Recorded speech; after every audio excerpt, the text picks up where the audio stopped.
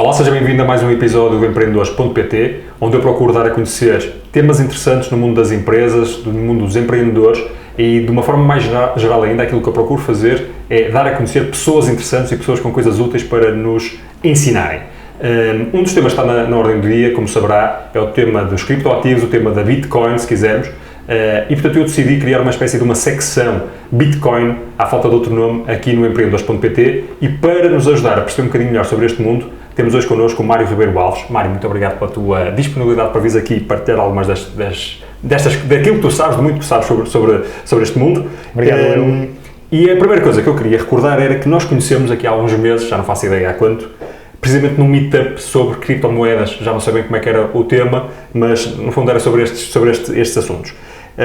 E na altura, para além de seres alguém que já estava interessado e já estava de alguma forma envolvido neste universo cripto, eras alguém que trabalhavas numa empresa, aliás, curiosamente, uma empresa onde nós até nos cruzámos um dia, porque eu fui entrevistar, também aqui para o Empreendedores.pt, o Nuno Dias, que é o CTO da Mindprober. Tu trabalhavas na Mindprober. E, entretanto, a última vez que falámos, tu revelaste que já não trabalhas lá, deixaste de trabalhar por conta de outrem e passaste a dedicar totalmente à tua atividade freelancer ou à tua atividade como empreendedor. É verdade. Estás completamente louco ou o que é que se passou para dar este passo? É assim, antes de mais, obrigado por me convidares para vir aqui ao Empreendedores.pt. Como em tudo é preciso um bocadinho de loucura e portanto foi um bocadinho um salto de fé que eu tive que dar. Portanto eu trabalhava efetivamente na Mindprober, mas antes disso fiz coisas completamente diferentes. Portanto o meu percurso sempre foi marcado por coisas diferentes, porque é isso que eu gosto de Mas já fazer. tinhas esta ideia de ser empreendedor há mais tempo? Sim. Era uma vontade que tinhas aí dentro de ti? Sim, era uma vontade que eu tinha dentro de mim, porque um dos meus maiores exemplos na vida é o meu pai. E portanto o meu pai sempre foi empreendedor, sempre trabalhou por conta própria, ou quando trabalhou por conta de outrem era sempre com base em objetivos. Variáveis. Exatamente, portanto coisas dinâmicas. E isso sempre me aliciou. E portanto ele já teve uma empresa têxtil aqui em Portugal. Eu sempre olhei para ele, portanto ia para lá quando era miúdo, para a empresa, e sempre olhei para ele e disse: um dia vou ser como o meu pai. E portanto foi a partir daí que o bichinho começou. E portanto eu estudei economia aqui no Porto e entretanto comecei a minha atividade profissional na área da banca, na Caixa Geral de Depósitos. Vi que não era uma área que me seduzia muito, até porque era uma posição dentro de um grande banco um bocadinho administrativa e portanto achei que não me tomava aquilo que eu tinha como competências e decidi então abraçar outro projeto. Fui para a PricewaterhouseCoopers e comecei a desenvolver funções na área da consultoria. Comecei por consultoria tecnológica, passei para consultoria de gestão e acabei em consultoria de preços de transferência. Portanto, como podes ver, toda uma panóplia de serviços e de atividades. Que idade é que tinhas nessa altura? Eu nessa altura tinha 22 anos, sensivelmente, 21, 22.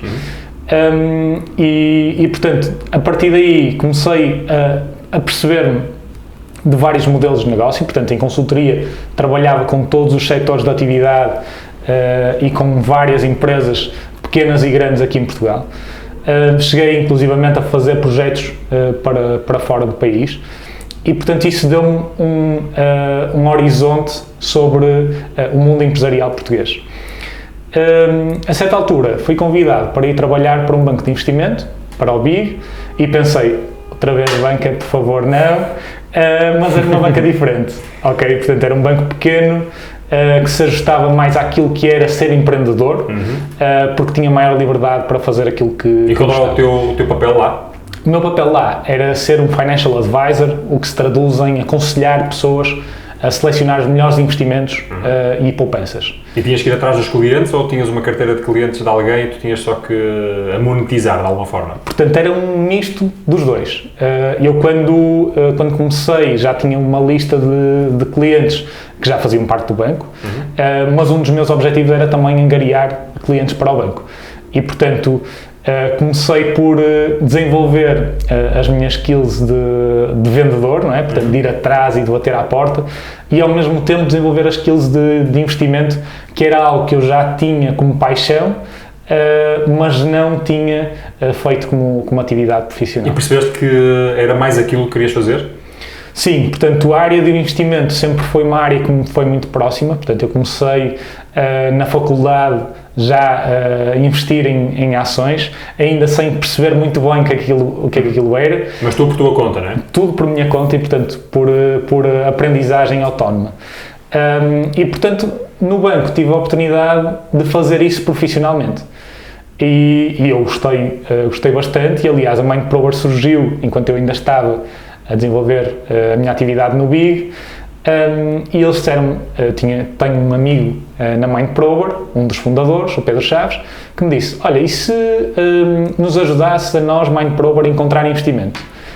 E eu olhei para esse desafio como um desafio interessante, porque era algo novo dentro da área de investimento que eu gostaria de fazer. Ainda por cima, startups, empreendedorismo é algo que neste momento está tão em voga, não é? Exatamente, está tão em voga, com o F-Summit, com outras iniciativas aqui em Portugal, e portanto foi algo que eu decidi abraçar. E portanto comecei a ajudar a Mindprober a encontrar um investimento. Eles conseguiram um investimento que pretendiam, aliás, está na outra entrevista que tu fizeste. É verdade. Salveu 450 mil euros, não é? Exatamente, portanto parte desse investimento fui eu que ajudei a conseguir, e convidaram-me a trabalhar na Mindprober.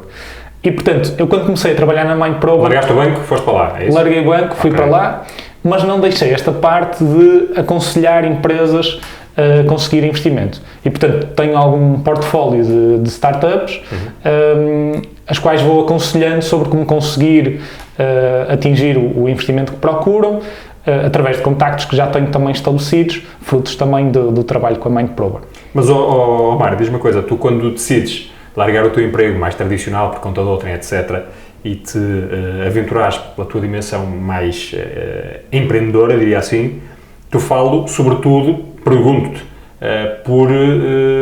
pelas oportunidades que tu identificas no mundo mais cripto, à falta de outro nome, não é? Certo. Não é tanto por esse tipo de coisas que já ias fazendo. Estou a ler bem? Sim, exatamente. Ou seja, tudo começou por aí, portanto, eu comecei por aconselhar empresas a encontrar investimento na ótica tradicional, e, entretanto, começaram a surgir empresas dentro do mundo das criptomoedas, que era também uma área que eu já tinha vindo a desenvolver algum conhecimento, e disse, espera lá, isto pode ser interessante de explorar.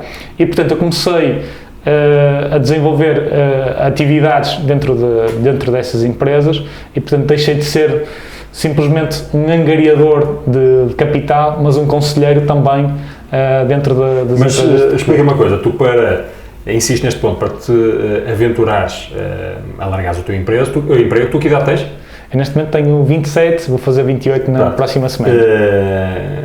Apesar de seres um tipo ainda novo, para te enfim, decidires fazer uma coisa destas, é porque, imagino eu, vislumbras ou julgas vislumbrar uma grande oportunidade neste mundo. Ou isso és completamente louco, insisto neste ponto. Portanto, assumindo que não és, que certamente não és, como é que tu avalias a oportunidade do mundo dos criptoativos, da Bitcoin, etc. E porquê é que tu achas que, na verdade, há uma oportunidade? Isso é uma excelente questão, porque é algo que eu tenho vindo também a explicar à minha família e aos meus pais. Portanto, é uma luta difícil de ganhar, mas tal como na altura em que a internet foi criada e, portanto, começou a ser divulgada e começaram a surgir empresas tecnológicas dentro dessa área, eu acredito que a área das criptomoedas e do blockchain, que é a tecnologia que está por trás, que é uma área e uma oportunidade de uma geração. E, portanto, a minha geração acho que vai ser marcada exatamente por essa área e por essa evolução tecnológica. E tu não queres ser daqueles tipos que passaram ao lado do boom dos anos 90 e, portanto, não se meteram em alguma .com, exatamente. Ou até na compra de domínios, não é?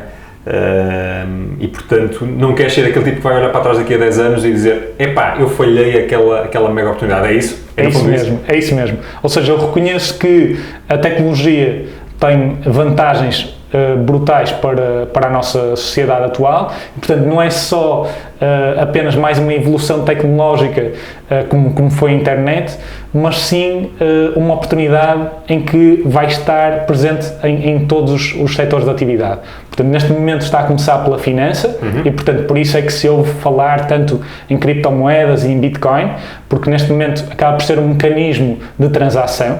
E, portanto, nesse aspecto já está a revolucionar esse mesmo mercado, mas, por exemplo, no mercado de caridade, por exemplo, em que podemos fazer o tracking de onde é que vai ser gasto o dinheiro, portanto, isso é uma preocupação muito, muito importante hoje em dia, porque é algo que nós não conseguimos ter e, portanto, sempre que doamos a uma instituição, ficamos com a dúvida se o dinheiro vai lá chegar ou não. E, portanto, eu acho que isso também vai ser importante, porque a blockchain permite fazer essa traceability que ainda não existe. Mas diz-me uma coisa, eu creio que hoje o comum dos mortais, quando ouve falar destas oportunidades e ouve sobretudo através da Bitcoin, não é?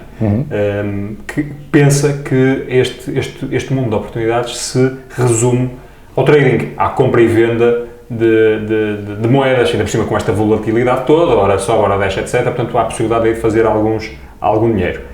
Mas, em bom rigor, há muito mais oportunidades do que meramente o trading, correto? Claro que sim. Que oportunidades é que tu identificas neste mundo? Muito bem. Uma das oportunidades já acabei de referir, da caridade, mas existem outras muito interessantes e dou um exemplo de uma empresa que estou neste momento a aconselhar. Dentro da área logística é possível fazer também o trace e o registro de todas as mercadorias e, portanto, é importante para saber se a mercadoria veio exatamente do sítio onde dizem que foi fabricado, também para artigos de luxo, para tentar perceber se o artigo é falsificado ou não. E, portanto, acho que existem aqui várias oportunidades, não só na ótica de trading. Na área financeira, que é a minha área, portanto, acho que posso falar com alguma causa de conhecimento, ou ao contrário, conhecimento de causa, eu acho que pode haver umas vantagens brutais neste setor. Isto porquê? Porque neste momento aquilo que se está apenas a olhar, como disseste muito bem, é para o trading, mas se nós pensarmos que uma transação bancária, quando fazemos uma transferência para outra pessoa, demora entre 1 a 2 dias, se for internacional demora mais, o blockchain está a combater isso. E, portanto, basicamente está a tentar fazer com que as transações sejam instantâneas e que consigas, em qualquer momento, verificar se aquela conta tem saldo e fazer automaticamente a transferência. Mas uma das críticas que existe, nomeadamente à utilização do Bitcoin como moeda, por exemplo, ou outras, mas desde logo a Bitcoin, que é mais conhecida e é maior, não é? É precisamente a dificuldade nas transações. Se eu quiser comprar um café com Bitcoin, o tempo que demora a fazer a transação, enfim, torna aquilo inviável. Então o que é que vai acontecer? Isto não é uma certa... enfim, não é uma contradição, por estar a dizer, ou tu estás a apostar na evolução da tecnologia para reduzir este tempo? Sim, eu acho que o caminho será esse. Portanto, como em todas as evoluções tecnológicas, tudo demora o seu tempo e é um processo bastante largo. E, portanto, vai demorar ainda a colmatar essas falhas que identificaste.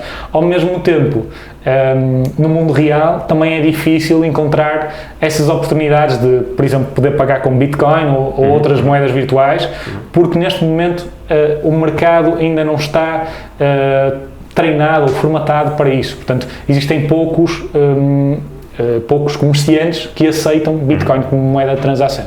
E, portanto, eu acredito que, à medida que a tecnologia for evoluindo e, ao mesmo tempo que o awareness deste mercado for evoluindo, acho que vamos conseguir aqui um match e, portanto, a partir daí vamos começar a olhar para a moeda virtual como um cartão de crédito ou como um cartão de débito e, portanto, algo que já nos é muito próximo, mas que nós ainda não demos esse passo, não demos esse salto. Então, continuando a explorar aqui um pouco a ideia de oportunidades que esta tecnologia veio trazer, Mais algumas, nomeadamente aquilo que me é dado a entender é que há muita gente, por exemplo, que ganha dinheiro, basicamente, a fazer mining. Sim. Depois há aqueles tipos que têm que arranjar soluções, já há, não é? Soluções para guardar estes ativos, estes criptoativos, não é? Sim. Desde as cold wallets, etc. Portanto, no fundo, há uma indústria toda a florescer à volta desta tecnologia, ainda que não seja diretamente utilizando a tecnologia, seja na formação das pessoas, o que seja, algumas oportunidades tu vislumbras para que, enfim, quem nos possa ver consiga de alguma forma desenhar modelos de negócio ou começar a perspectivar modelos de negócio, ainda que não impliquem diretamente a utilização da tecnologia. Claro que sim. Aliás, o mining é uma delas, efetivamente, portanto, para validar as transações dentro do Bitcoin ou de outras moedas virtuais, muitas vezes utiliza-se o mining, e isso é uma fonte de rendimento, com certeza.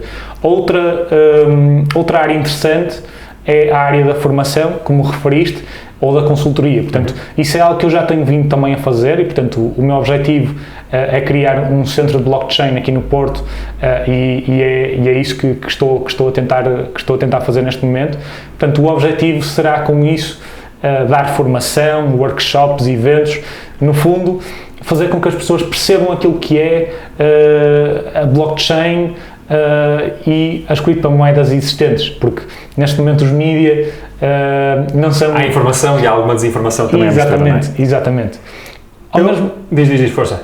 Ao mesmo tempo, aquilo que eu queria dizer é que existem outras oportunidades dentro da área da blockchain, como developers, por exemplo, não existem muitos, não só em Portugal, acho que existem mesmo muito poucos. São extremamente bem pagos, não é? São extremamente bem pagos e portanto, é uma área que está a florescer neste momento. Portanto, developers de blockchain... não têm desemprego. Não têm desemprego, de certeza, até porque em 9 projetos de blockchain apenas há um developer disponível. E, portanto, isto é uma área que vai certamente requerer a nossa atenção. E muita gente, sem dúvida.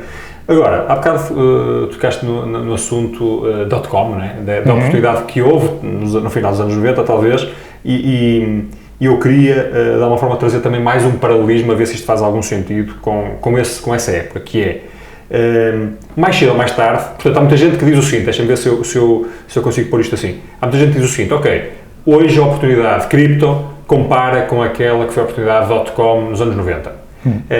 Só que aquilo que eu penso, e gostava que comentasse, é que, na verdade, a certa altura, ainda que fosse um developer qualquer muito dotado, precisavas sempre de uma injeção brutal de capital para fazeres crescer o teu negócio. Mas, ao mesmo tempo, hoje, nas oportunidades cripto, aparentemente nem sempre precisas de uma injeção tão grande de capital para tu floresceres até do ponto de vista financeiro. E, portanto, isto não democratiza um pouco mais o sucesso, se quiseres, o sucesso potencial do que aquilo que aconteceu com a .com? Sim, exatamente. Ou seja, eu acho que a questão das .com é um ponto muito interessante porque apenas afetava a área tecnológica e, portanto, obviamente, qualquer negócio de esquina poderia lançar uma .com e passar a ser uma empresa tecnológica. Mas o meu ponto é, eu acho que a blockchain e as criptomoedas vão afetar muito mais do que apenas o setor tecnológico e, portanto, vão ser muito mais abrangentes. O que isso significa é que essa bolha que foi gerada na altura das .coms pode não ser exatamente a mesma dentro das moedas virtuais. E, portanto, eu acho que estamos perante algo que pode ter um impacto ainda maior. Exatamente, ter um impacto ainda maior. Aliás, se olharmos para o mercado de stocks, por exemplo, tu vês que todas as moedas virtuais juntas são muito menores do que o valor do stock market atual dos Estados Unidos, por exemplo. Ainda tem muito, portanto isso mostra que ainda, no fundo, o que é que estás a querer dizer com isso? É que ainda há uma oportunidade de crescimento muito grande? Sim. Ou que já atingimos o cap e, portanto, vai ser sempre uma coisa pequena? Aquilo que eu acho é que ainda existe uma oportunidade muito grande disto crescer e, portanto, eu referi alguns negócios que se pode fazer e empreender dentro desta área, mas a verdade é que ainda existem muitos para descobrir. Claro.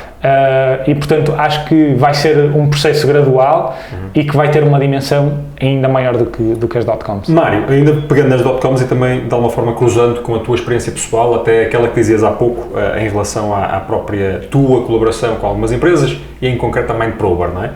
Que é, no fundo, as startups, ainda hoje, para poderem crescer, sobreviver, prosperar, tipicamente precisam de injeção de capital. Claro. E esse capital, muitas vezes, vem de business angels ou de VC, venture capitalists, ou o que seja, capitais de risco, não é? O que esta tecnologia, blockchain e esta lógica toda dos criptoativos veio trazer foi um conceito novo, claro. O conceito dos ICOs. Quer-nos dizer o que é isto, os ICOs, claro que e o que é que pode mudar no modelo de financiamento das empresas, se é que pode mudar? Claro que sim.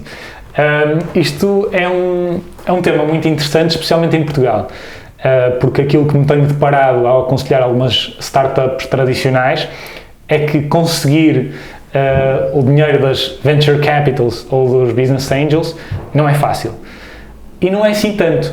E nós, como um ICO, e portanto um ICO, aqui explicando para o público em geral, é basicamente o lançamento da tua própria moeda, ou seja, tu tens uma empresa e tu lanças uma moeda que vai ter uma utilidade específica para o teu projeto em específico e através dela financias-te. E portanto aquilo que tu fazes é vender uma moeda a um investidor. Mas deixa-me interromper primeiro para dizer que ICO significa Initial Coin Offering, certo? Exatamente, isso mesmo. Mas, ok, portanto eu sou uma empresa, quero lançar uma moeda para me financiar, lanço a moeda. Mas uma pergunta que me causa alguma dúvida e certamente vai causar a muita gente.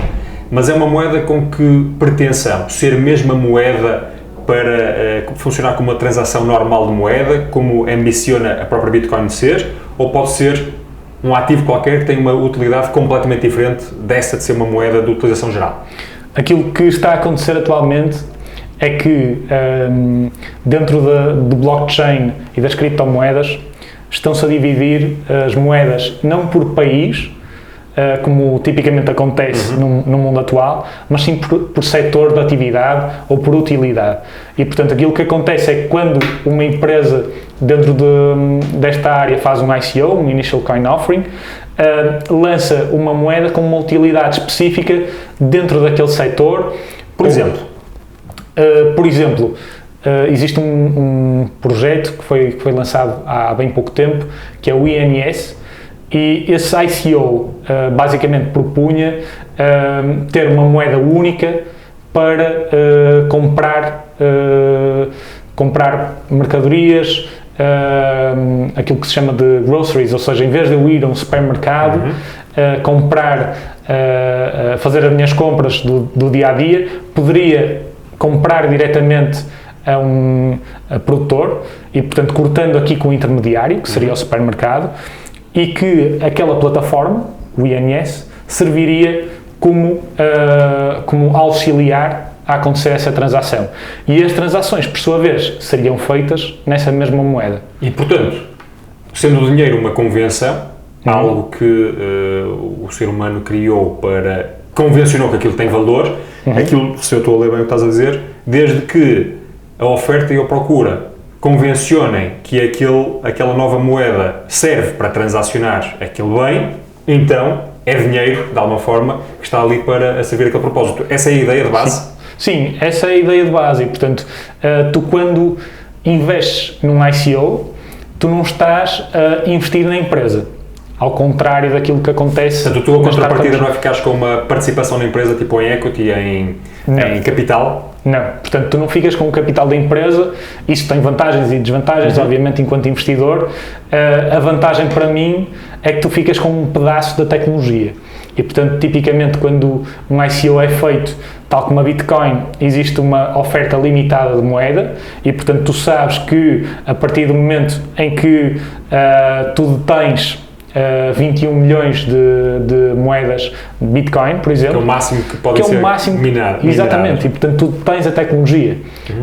E portanto isso é uma mudança de paradigma e em Portugal os Venture Capitals e os Business Angels já se começam a perceber disto, apesar de ainda não haver grande sensibilidade sobre o tema. e portanto eu acho que isto acaba por ser interessante na lógica em que tu não dependes da performance da empresa, mas sim da performance daquela tecnologia.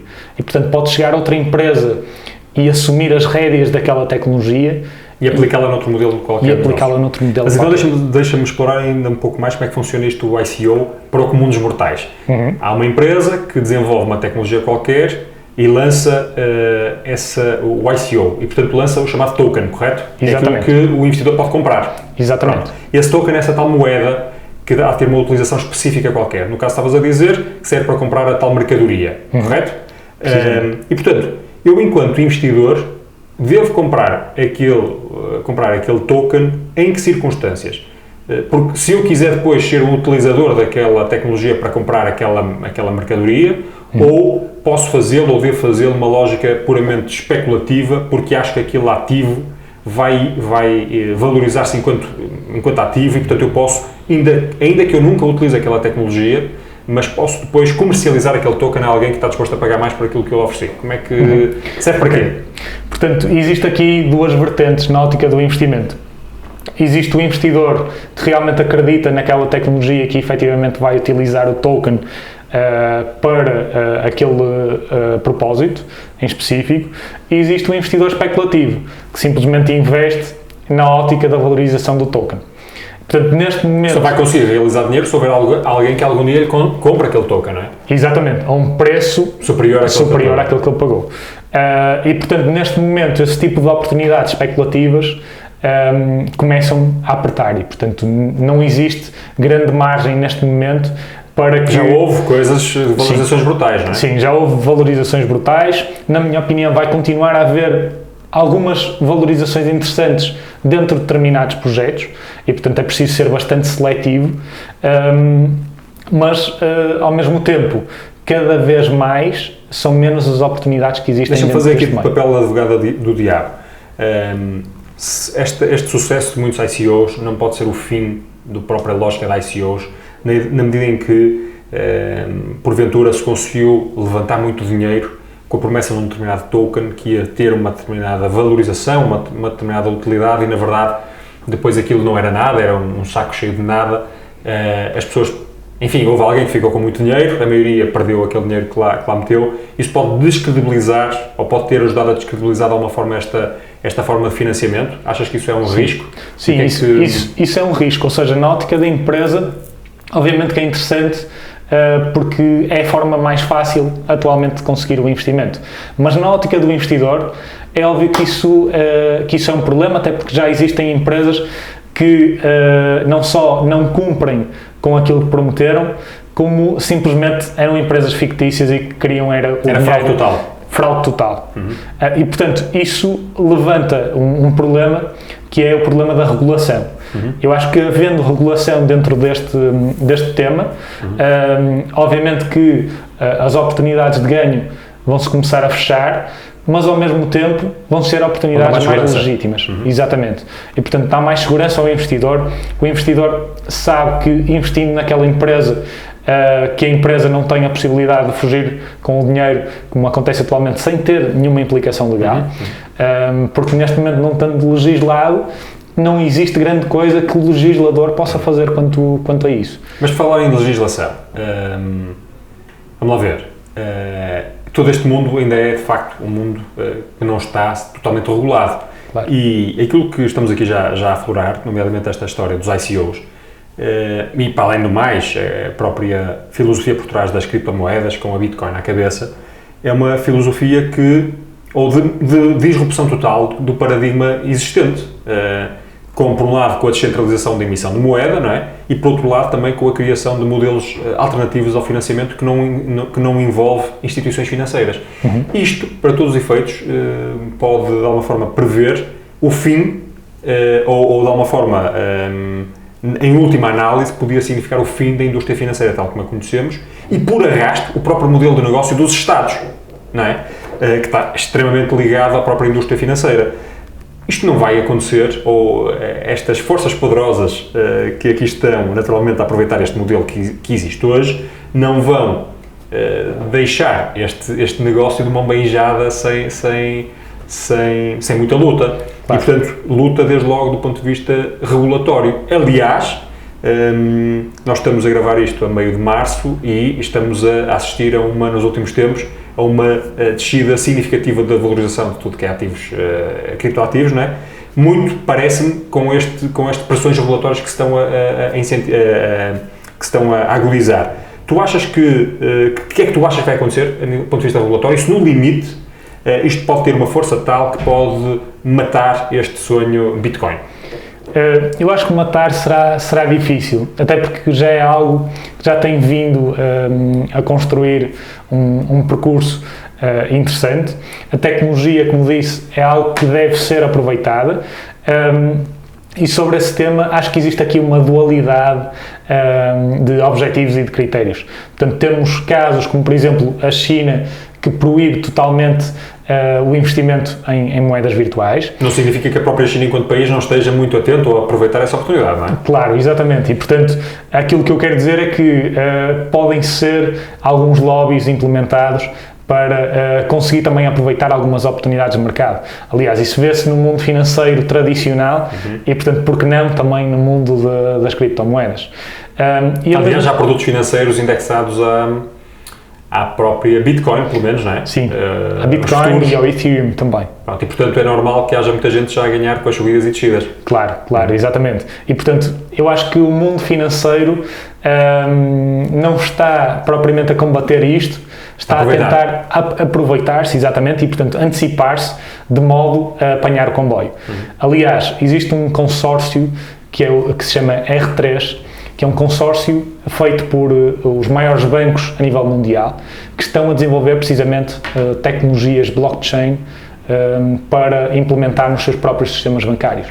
E isso é um claro exemplo que a tecnologia é útil e, portanto, se não fosse, não estariam a gastar milhões e milhões de dólares. Mas tu achas que, a tecnologia pode ser útil, acho que ninguém põe em dúvidas que o blockchain pode ser uma coisa interessantíssima, mas porventura pode-se utilizar o blockchain, mas sem se mudar tanto o paradigma, pode ser aquilo que está na cabeça dos grandes banqueiros do mundo, porventura, e, portanto, se isso acontecer, em bom rigor, aquilo que é o sonho de muita gente e que se calhar até incentivou a tua mudança de vida recente, pode nunca se vir a concretizar. Tu achas que isso é um risco que existe? Já disseste que não achas que vai matar de vez, mas que probabilidade é que tu atribuis à possibilidade da regulação não matar completamente estas oportunidades? Aquilo que eu acho é que, obviamente que existem alguns países que estão aqui a implementar regulações bastante estritas, mas na perda dos outros se vê o ganho de outros também. E, portanto, eu acho que existem países que vão aproveitar esta oportunidade para se aliarem a estes investidores de criptomoedas. Como é que Portugal podia aproveitar esta onda? Eu acho que neste momento já está a aproveitar. Como? Pela forma de impostos que existe sobre as moedas virtuais. E quais são? Aliás, as finanças, a autoridade tributária, o ano passado emitiu um comunicado a informar que não haveria lugar a tributação sobre os ganhos de moedas virtuais. E, portanto, pelo menos para já, não é? Pelo menos para já. Eu acho que a legislação portuguesa vai, obviamente, seguir o rumo da legislação europeia. Claro. E, portanto, estamos todos à espera que a Europa tome uma decisão quanto a isso. Mas uma coisa que é interessante é que, por exemplo, a Christine Lagarde do FMI está, efetivamente, interessada em legislar estas criptomoedas em vez de bani-las como a China, e aliás isso foi uma das críticas que foi feita por ela, e portanto existe aqui alguma intenção, e acho que na Europa vai haver lugar a isso, de legislar, e por exemplo na Alemanha já existe uma legislação específica para a tributação de criptomoedas. No Luxemburgo já estão a ser construídos fundos de investimento dentro da área. E, portanto, existe aqui várias implementações, ainda que locais nesta fase. Velocidades diferentes também, etc. Sim, exatamente. Mário, temos estado aqui uma conversa, se calhar para muitas pessoas algo avançada, não por mim, mas pelo teu conhecimento, naturalmente. E portanto eu queria, se calhar agora, irmos tornando isto um pouco mais palpável para a maioria das pessoas que nos vai ver. Desde logo ainda tocando na questão dos ICOs, porque muitas das pessoas que nos vão de ver vão ser empresários ou futuros empresários, e portanto eu queria perguntar-te, ICOs em Portugal, já houve? Há mais a caminho? Como é que tem corrido? O que é que tu sabes sobre isto? Já houve. Aliás, eu estive no primeiro ICO que foi feito em Portugal, que foi da U-Trust. U-Trust. O que é que fazem ou o que é que faziam? O objetivo é criar um PayPal das moedas virtuais. Ok. E, portanto, no fundo, garantir que um comprador, quando compra algo num site como, por exemplo, o eBay, quando quer comprar com moedas virtuais, que uma transação ocorre e, portanto, não existe forma de fazer a devolução do dinheiro, e eles querem, no fundo, criar aqui uma mediação quando existe algum conflito, quando, por exemplo, um artigo veio com defeito e, portanto, eu quero o meu dinheiro de volta. Portanto, nas moedas virtuais ainda não existem grandes mecanismos de segurança sobre esse aspecto, e aquilo que eles vieram implementar foi exatamente isso. E que é que consistiu o ICO deles? O ICO deles... Quando é que foi, já agora? Foi no ano passado. 2017? 2017, exatamente. Portanto, começou em meados de agosto de 2017 e, se não me engano, terminou em outubro. E quais foram os resultados? Aquilo que seja público. Os resultados foram muito interessantes, até porque, sendo a primeira aqui em Portugal e sendo algo que sai um bocadinho fora da caixa daquilo que é o investimento tradicional, eles conseguiram à volta de 21 milhões de euros de financiamento. 21 milhões de euros? 21 milhões de euros. Meu Deus, provavelmente não há nenhuma startup portuguesa em termos de investimento tradicional que tenha conseguido alguma vez 21 milhões de euros, diria eu. Precisamente. Arrisco eu, pelo menos. Certo, eu também não conheço e, portanto, tipicamente não são os valores que eu estou habituado. Mas esses investidores foram de todo lado, não eram só portugueses, certeza, não é? Sim, portanto, aquilo, no fundo, é aberto a todos os investidores, e a vantagem de ser um mundo das criptomoedas é ser um mundo global. E, portanto, qualquer investidor, exceto de países, obviamente, que estejam banidos de investir em criptomoedas, pode investir num ICO. E qual era ali a contrapartida para o investidor? Qual era o token, no fundo? O token seria a moeda que seria usada nessa mesma plataforma. Okay. Ou seja... Até a mãe de todas as moedas, no fundo é isso que eles querem? Ou a moeda das moedas? Não necessariamente, ou seja, tu podes utilizar Bitcoin ou Ethereum na plataforma, mas ao utilizares a moeda do U-Trust, tu tens a vantagem de ter menos FIIs associados. Portanto, essa é a grande vantagem. E, portanto, foi isso que... E como é que funciona? Portanto, eles tiveram esta ideia, comunicaram-na de tal forma que tiveram 21 milhões de euros de dinheiro, é uma coisa louca, ainda estou a pensar nisso.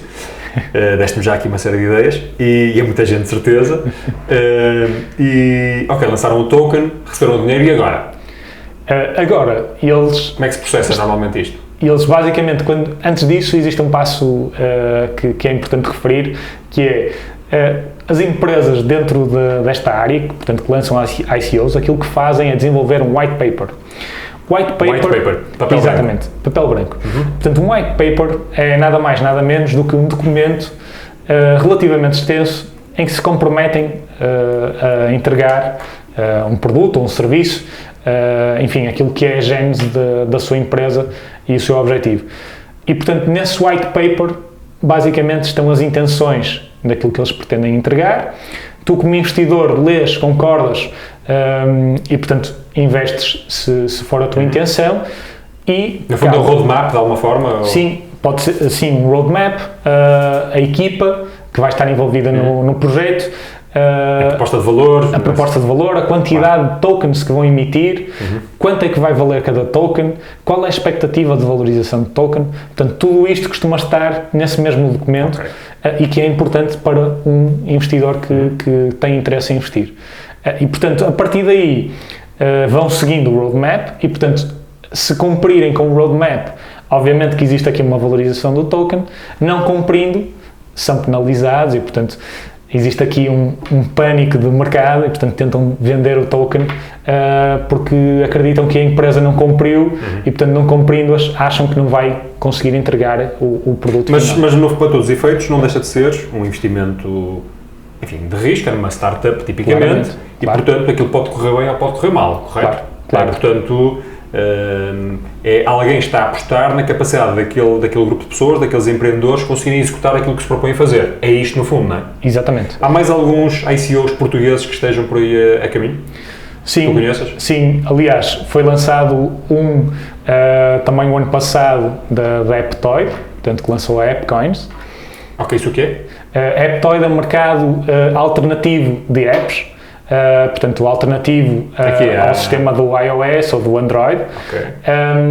E portanto eles fizeram um ICO no fundo para tu poderes utilizar o token deles enquanto fazes uma compra de uma app. E que tal? Correu bem?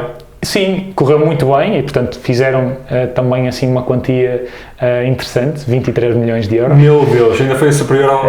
No entanto, devo dizer que para as empresas que estão a ouvir e que estão interessadas em fazer um ICO destes, devo dizer que os gastos de marketing são loucos. Okay. Porque os gastos de marketing... Tem que chegar ao mundo todo. Exatamente, têm que ser globais.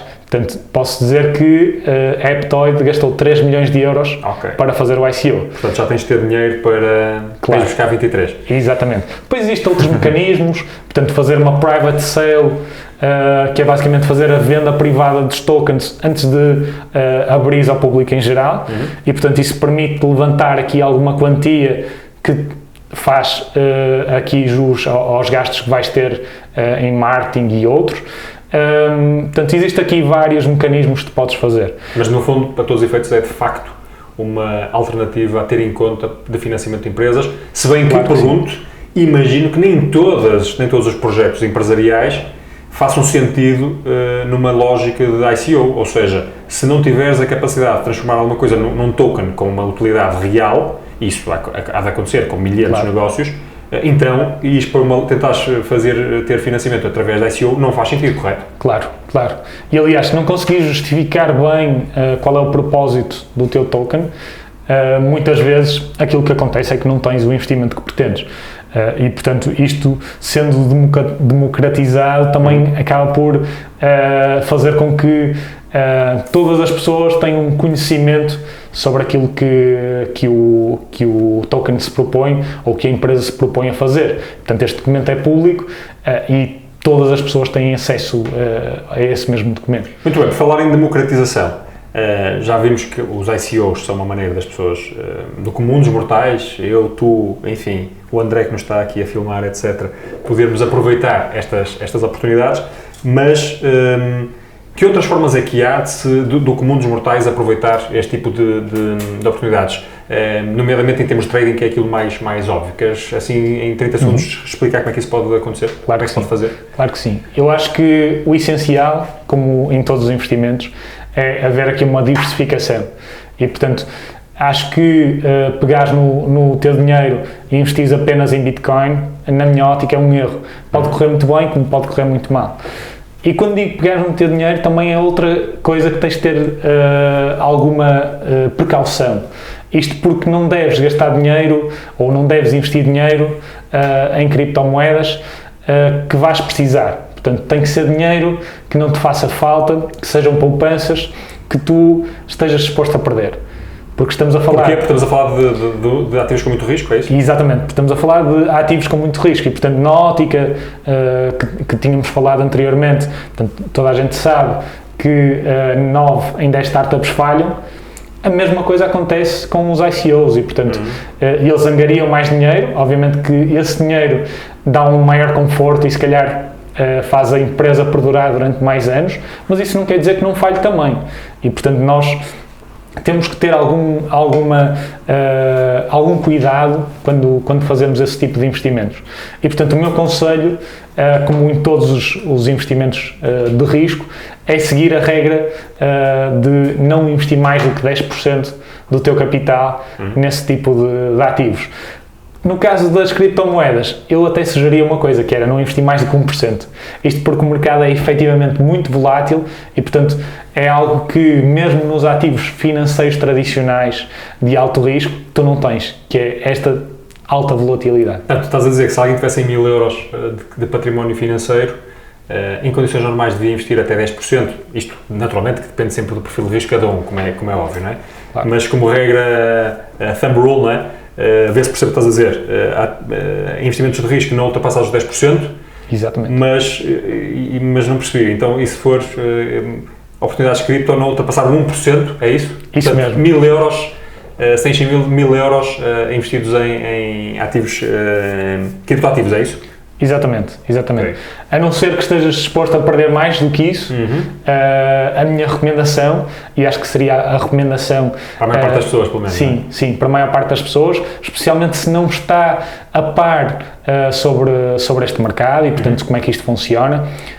Acho que devia mesmo de começar com pouco e, portanto, ir, obviamente, retirando os ganhos à medida que também for tendo alguma valorização e, portanto, isso são as minhas regras de ouro, sim, e estratégias que, na minha opinião, são as que me Já agora funcionam. que estás aqui, eu ainda vou esgravatar um pouco mais nisso, mas não resisto a perguntar-te o seguinte. Para investir, seja no que for, seja em criptomoedas, seja em ações, seja em obrigações, o que seja, tens de ter dinheiro. E, portanto, tipicamente, o comum dos mortais tem que ganhar dinheiro, poupar dinheiro e depois investir esse dinheiro. E poupar não é uma coisa fácil para a maioria das pessoas. Primeiro, se tens alguma ideia porque é que poupar é assim tão difícil, e depois, que regras de ouro é que tu, e já vieste do mundo do investimento mais tradicional, o que é que tu sugeres às pessoas para que garantam que, de facto, conseguem fazer poupança que depois vai alimentar a sua capacidade de investir? Eu vou pegar na questão ao contrário. Okay? Eu acho que o ideal é 30% do teu salário ir para poupanças todos os meses. Okay? Isto é a regra de ouro que eu acho que deve estar presente nas nossas cabeças. O problema, e como disseste muito bem, existe uma dificuldade em poupar.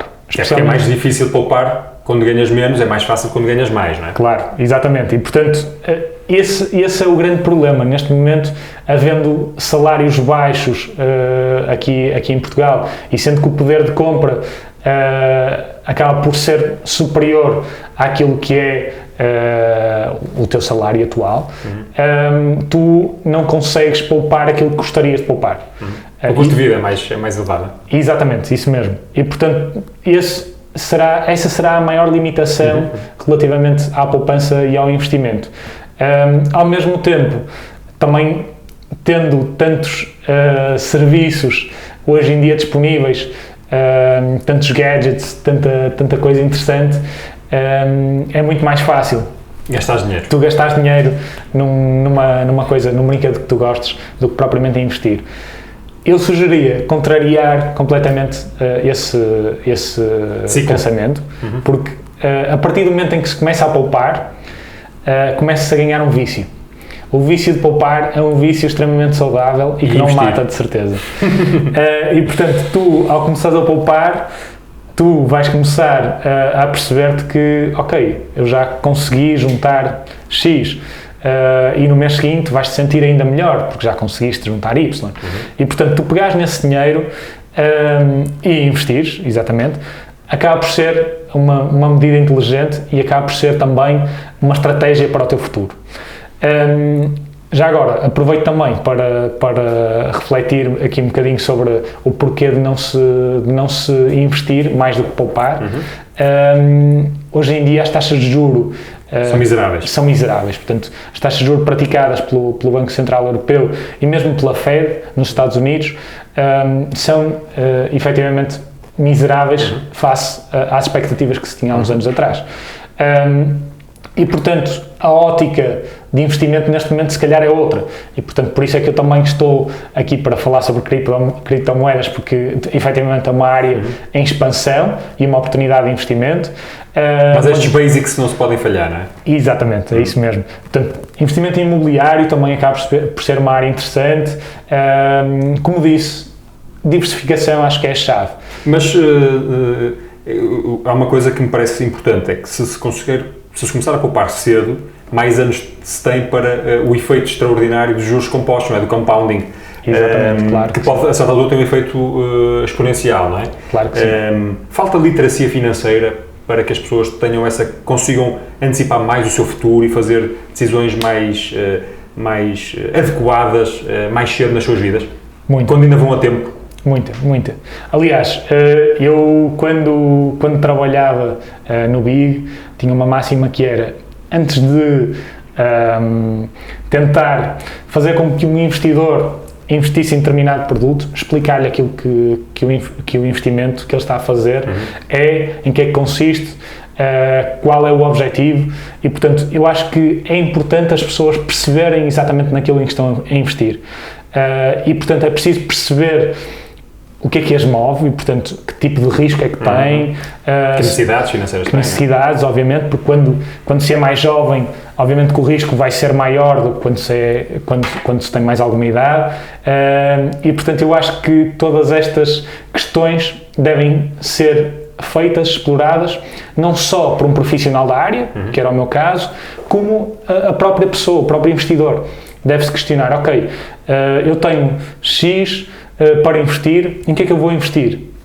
E selecionar o tipo de risco, a percentagem que quer investir em ativos de risco, a percentagem que quer investir em ativos seguros. Portanto, tudo isto deve ser pensado e deve ser refletido. Obviamente que não existe neste momento grande literacia financeira. E menos ainda neste mundo das criptomoedas, e é por isso que estamos aqui também para ajudar a combater isso. Dizias há bocado que uma regra de ouro é de facto a diversificação do risco, e até sugeriste uma regra bastante conservadora, até diria, de 1% em ativos, em criptoativos. Mas dentro depois desse pacote, desse universo, se quiseres, desses 1%, 10%, o que seja, convém também diversificar, e o que é que pode ser uma boa alocação, o que é que pode ser uma boa diversificação do risco, ou se compras um ativo e já está, o que é que tu sugeririas? Eu apostaria na diversificação. Isto porque a diversificação, quanto maior for, mais fácil também será não perder dinheiro com ela. E, portanto, o risco... É o primeiro grande objetivo, não é? Exatamente. E, portanto, o risco vai diminuindo à medida que se vai diversificando. Obviamente que diversificar também traz um trabalho acrescido, que é o facto de tu teres que pesquisar cada ativo que tu vais investir. E, portanto, eu acho que essa é a maior dificuldade.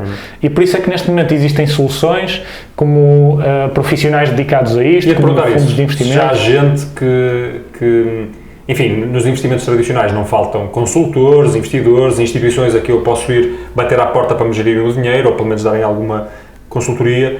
Na área das criptomoedas já há quem se dedica a isto? Sim. Neste momento já há quem se dedica a isto. Em Portugal, não. E, portanto, agora justificando aqui o meu ato de loucura, eu e os meus sócios dentro deste mundo das criptomoedas, estamos a tentar construir um fundo de investimento exatamente cuja gênese é criptomoedas, com bastante diversificação e, portanto, o nosso objetivo... O que é um fundo de investimento já agora? Um fundo de investimento é, essencialmente, um veículo que agrega vários investimentos, tipicamente, por exemplo, de investidores externos, não é? Exatamente, investidores externos, portanto, eu tenho as minhas poupanças e posso simplesmente diversificar ou confiar num gestor de um fundo de investimento que vai gerir esse dinheiro por mim. Ou parte do dinheiro que tu possas lá querer colocar, não é? Exatamente. E, portanto, o objetivo do fundo de investimento é trazer esse trabalho-chave na mão para o investidor comum, que ou não tem tempo ou não percebe, e, portanto, o objetivo aqui é que ele não tenha que se preocupar com isso, e, portanto, que encontre um fundo de investimento em que ele confia. Portanto, tu pretendes construir uma coisa destas, não é? Exatamente. Ok. Já há coisas destas por aí fora?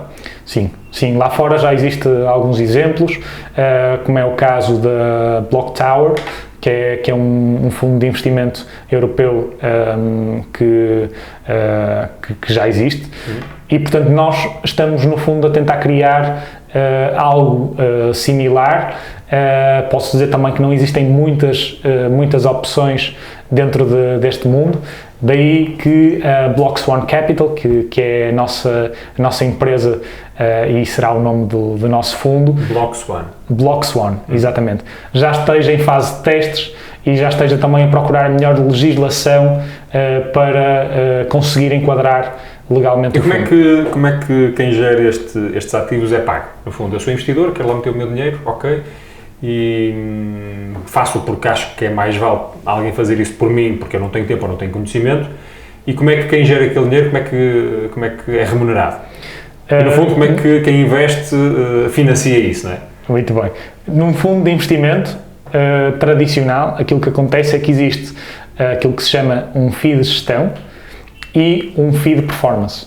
E, portanto, o FII de gestão é sobre o capital que investiste e que tipicamente anda à volta dos 1-2% ao ano.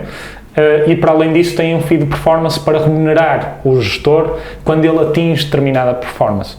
E portanto isso acaba por ser interessante porque obriga o gestor a ir atrás dos teus interesses, que é fazer-te ter lucro. No nosso caso, neste momento estamos a implementar um modelo em que assenta só em lucro e portanto nós apenas somos remunerados se o investidor conseguir lucro.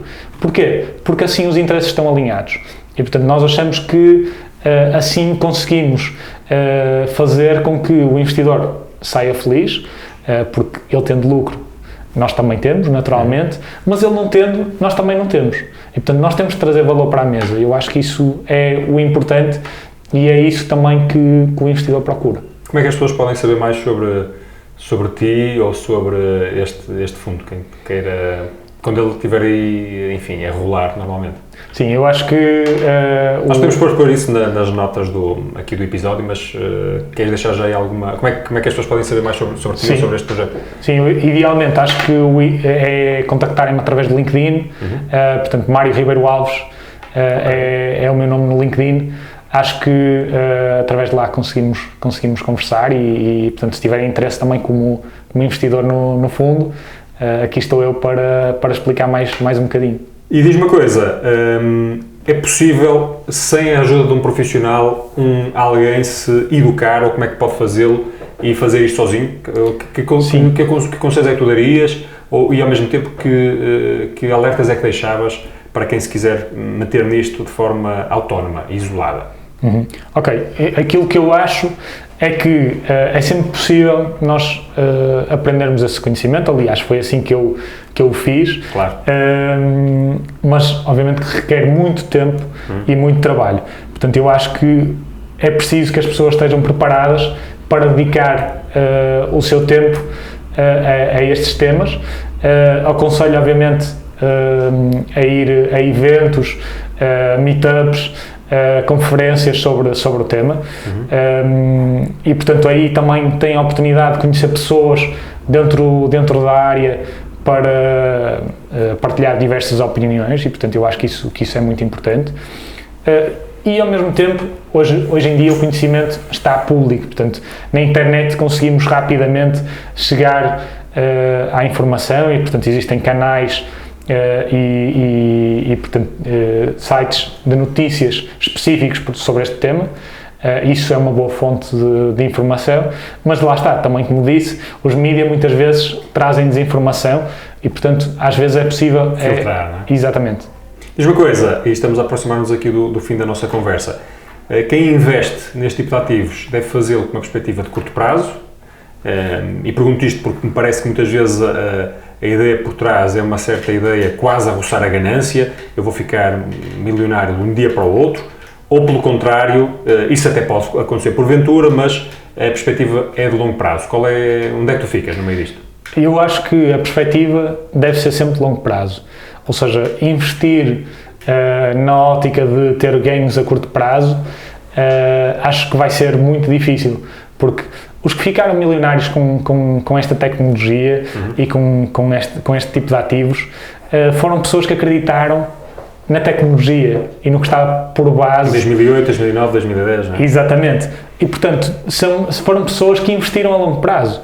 Obviamente que há pessoas que investem a curto prazo, achar que vão ter os mesmos ganhos e que vão ficar ricos rápido. Isso dificilmente acontece. Não digo que não aconteça, porque todos podemos ter sorte e todos podemos conseguir atingir esse objetivo. Mas a minha recomendação é investimento a longo prazo. E muitas vezes a paciência e a calma nos investimentos é o melhor conselho para conseguir ter bons resultados. Não sei se gostei desta tua última resposta, porque a minha última pergunta era, afinal, qual é o segredo para ficar um criptomilionário de repente? mas Mário, ainda assim, muito obrigado pela informação que aqui partilhaste connosco. Acho que foi mais uma excelente momento de partilha aqui no empreendedores.pt, em concreto sobre este mundo da Bitcoin, dos outros criptoativos, dos ICOs, falámos aqui de uma série de coisas. E, portanto, estamos aqui a cumprir a nossa missão de trazer informação de forma, eu diria, simples.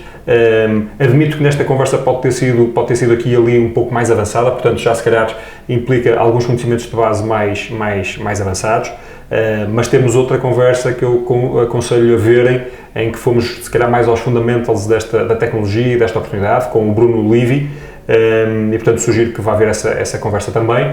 Mas, Mário, muito obrigado mais uma vez pela tua disponibilidade. Sucesso para os teus projetos. Muito obrigado. Já agora, diz-me, força. Posso deixar aqui uma recomendação de investimento? Obviamente. Eu estou a aconselhar uma empresa dentro da área da caridade, algo que tinha referido que era bastante importante dentro desta tecnologia. Estou a ajudar neste momento a empresa Solidar, que é uma startup, exatamente. Do Marco Barbosa, conheço bem. Exatamente. Investi eu na Cidas aqui há uns anos. Ok. Exatamente. Portanto, essa mesma. Ok. Que é uma startup portuguesa que já é conhecida por várias pessoas aqui em Portugal, mas que se quer tornar global. E, portanto, com esse objetivo e com o objetivo também de conseguir também transparência pela comunidade. Exatamente, pela comunidade, pelos investimentos que fazem em caridade, etc. Estão a fazer um ICO. Okay. E, portanto, acho que de facto é uma oportunidade interessante para ter em conta. Muito bem, vai haver notícias com certeza desse ICO da Solidar. Sim. Para estar atento, não é isso? Exatamente. Muito obrigado, boa recomendação, fica também essa recomendação. Mais uma vez, muito obrigado pela sua atenção, por estar desse lado. Vamos continuar aqui neste caminho de trazer informação útil, nomeadamente sobre o universo dos criptoativos. Até lá, bons negócios.